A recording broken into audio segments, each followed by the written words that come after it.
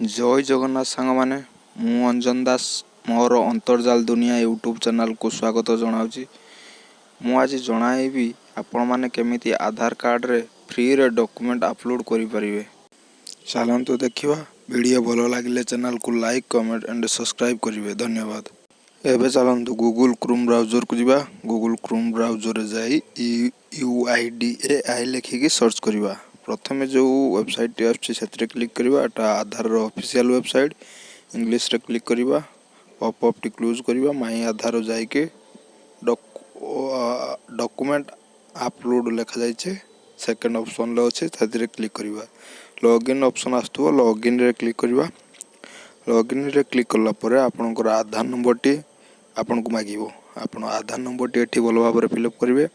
आधार number T fill up करी जो captcha T अछि कैप्चा टी एठी देखि कि सेम टाइप कर देबे। जदी कैप्चा टी पढी पार नांती रीलोड करके आउ गुटे कैप्चा देगी आपन लॉगिन ओटीपी रे क्लिक करिवे।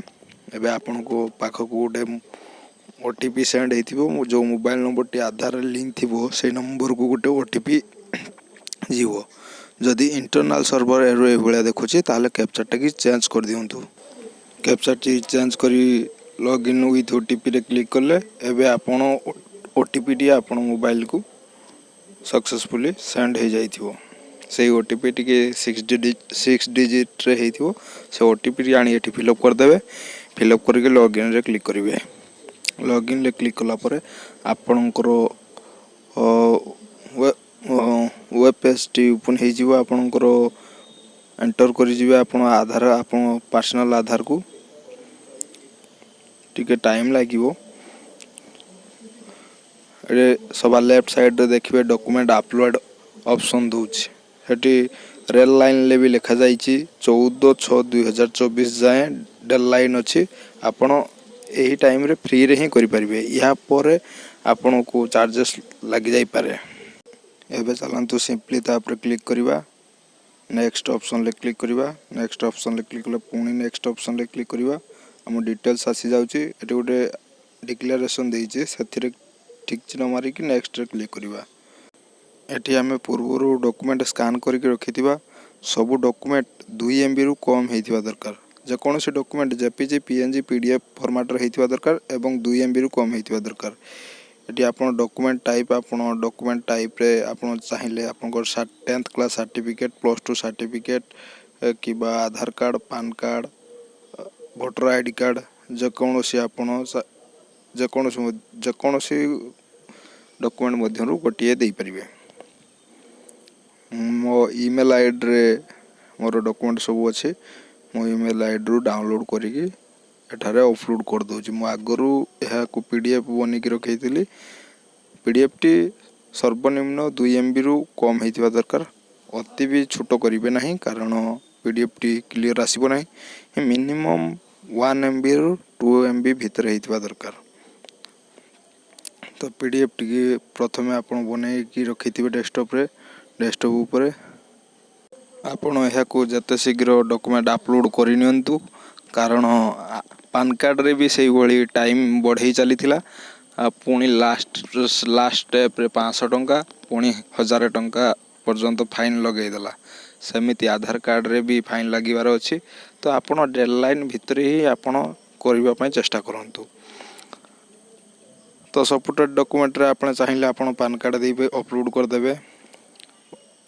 तापरे नेक्स्ट रे क्लिक करिवे। डॉक्यूमेंट टी अपलोड हे गेला परे एमती पूरा ग्रीन रे गारा आसीबो। तापरे डॉक्यूमेंट तापर हमको एड्रेस प्रूफ अपलोड करिवार अछि। एड्रेस प्रूफ रे आपण बैंक पासबुक आधार कार्ड देबेनी। आपणकर वोटर आईडी चाहिए दे देबे।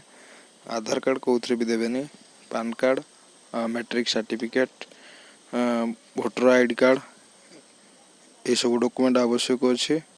आपण एठी देखिबे एड्रेस प्रूफ डॉक्यूमेंट रे बहुत सारा ऑप्शन आसीबो। आपण भलो भाबरे गोटे पर गोटे चेक करिकि आपण को जो डॉक्यूमेंट टी आपण स्कैन करि रखिथिबे सेटा आपण एठी भलो भाबरे चेक करिकि देखिबे को जगह रे अछि।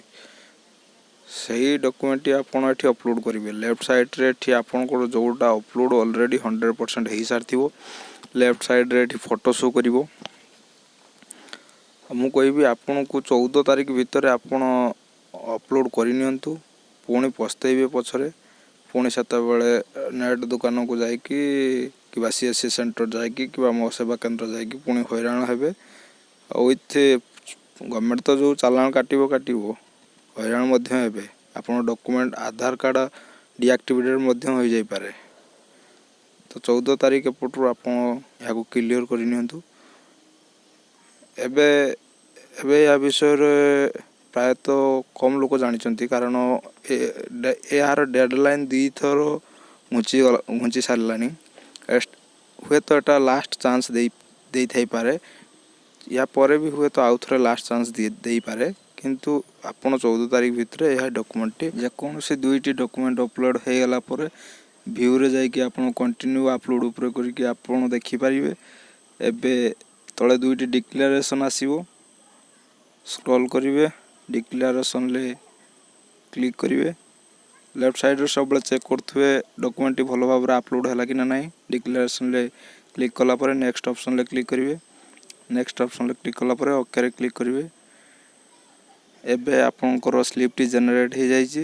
ସବମିଟ୍ ଉପରେ କ୍ଲିକ୍ କରିବେ, ଫାଇନାଲ୍ ସବମିଟ୍ ଉପରେ। ସବମିଟ୍ ଉପରେ କ୍ଲିକ୍ କଲା ପରେ ଆପଣଙ୍କୁ ଏମିତି ଗୋଟେ 15 ସେକେଣ୍ଡର ପପ୍ ଆସିବ। ଅପେକ୍ଷା କରିବେ। ଡାଉନଲୋଡ଼ ଆକ୍ନୋଲେଜମେଣ୍ଟ ଉପରେ କ୍ଲିକ୍ କରିବେ। ଏଠାରେ ଡାଉନଲୋଡ଼ କରିକି ଆପଣଙ୍କର ରିସିପ୍ଟଟି ଜେନେରେଟ୍ ହୋଇଗଲା ପରେ ଆପଣ ଏହାକୁ ପ୍ରିଣ୍ଟ କାଢ଼ିକି ରଖିପାରିବେ। ଗଭର୍ଣ୍ଣମେଣ୍ଟର ଗାଇଡ଼ଲାଇନ୍ସ ଅନୁସାରେ ଏଠି ଆପଣଙ୍କୁ କୌଣସି ଚାର୍ଜେସ୍ ଲାଗିବ ନାହିଁ। 0 ଚାର୍ଜେସ୍, ଆମାଉଣ୍ଟ ପେଡ଼୍ ଉପରେ 0 ଚାର୍ଜେସ୍ ଆପଣଙ୍କର ଆସିଯିବ। କିନ୍ତୁ ଡେଡ଼ଲାଇନ୍ ଗଲା ପରେ ଏଠାରେ ଚାର୍ଜେସ୍ ଆପଣଙ୍କୁ ଦେବା ପାଇଁ ପଡ଼ିବ। ଏହାକୁ ପ୍ରିଣ୍ଟ କାଢ଼ିକି ଆପଣ ରଖିପାରିବେ। କିଛି ଦିନ ପରେ 6ରୁ 7 ଦିନ କିମ୍ବା 15 ଦିନ ପରେ ଆପଣ ଆଧାର ସାଇଟ୍କୁ ଯାଇକି ଆପଣ ଚେକ୍ କରିପାରିବେ ଆପଣ ଡକୁମେଣ୍ଟ ସକ୍ସେସଫୁଲି ଭାବରେ ଆପଲୋଡ଼ ହୋଇଛି କି ହୋଇନାହିଁ। ଯଦି ଆପଣଙ୍କ ଡକୁମେଣ୍ଟ ସକ୍ସେସଫୁଲି ଭାବରେ ଆପଲୋଡ଼ ହୋଇଥିବ ତ ସେଠାରେ ଆପଣଙ୍କର କମ୍ପ୍ଲିଟେଡ଼ ଷ୍ଟାଟସରେ କମ୍ପ୍ଲିଟେଡ଼ ଅପସନ୍ ଆସୁଥିବ। ଏମିତି ଯିବେ ଭେରିଫିକେସନ୍ ଷ୍ଟେଜ୍। ଏବେ ମୁଁ ଯେହେତୁ ଏବେ ଆପ୍ଲାଏ କଲି, ମୋର ଭେରିଫିକେସନ୍ ଷ୍ଟେଜ୍ରେ ଅଛି। କିଛି ଦିନ ପରେ ଏହା ଭେରିଫିକେସନ୍ କମ୍ପ୍ଲିଟେଡ଼ ଦେଖିବ। ଯଦି ସାଇଡ୍ ପ୍ରୋବ୍ଲେମ୍ ହେତୁ ଆପଣ ଆକ୍ନୋଲେଜମେଣ୍ଟ ସ୍ଲିପ୍ଟି ଡାଉନଲୋଡ଼ କରିପାରୁନାହାନ୍ତି, ତାହେଲେ ଏଠି ପୁଣି ରାଇଟ୍ ସାଇଡ଼୍ରେ କ୍ଲିକ୍ କରିବେ। ରାଇଟ୍ ସାଇଡ଼୍ରେ କ୍ଲିକ୍ କଲା ପରେ ଏଠି ତଳେ ଡାଉନଲୋଡ଼ ଆକ୍ନୋଲେଜମେଣ୍ଟ ପାଇଁ ଅପସନ୍ ଦେଉଛି, ପୁଣି ଏହାକୁ ଯାଇକି ଡାଉନଲୋଡ଼ କରିପାରିବେ। ଏମିତି ଯାଇକି ଆପଣ ପରବର୍ତ୍ତୀ ସମୟରେ ଆପଣଙ୍କର ଷ୍ଟାଟସ୍ଟି ଚେକ୍ କରିପାରିବେ। ଚେକ୍ କଲା ପରେ ଦେଖିବେ ଆପଣଙ୍କର କମ୍ପ୍ଲିଟେଡ଼ ହୋଇଯାଉଛି ଯେତେବେଳେ, ତ ସେତେବେଳେ ଆପଣଙ୍କୁ 100% ଜାଣିବେ ଯେ ଆପଣଙ୍କର କମ୍ପ୍ଲିଟେଡ଼ ହୋଇସାରିଛି।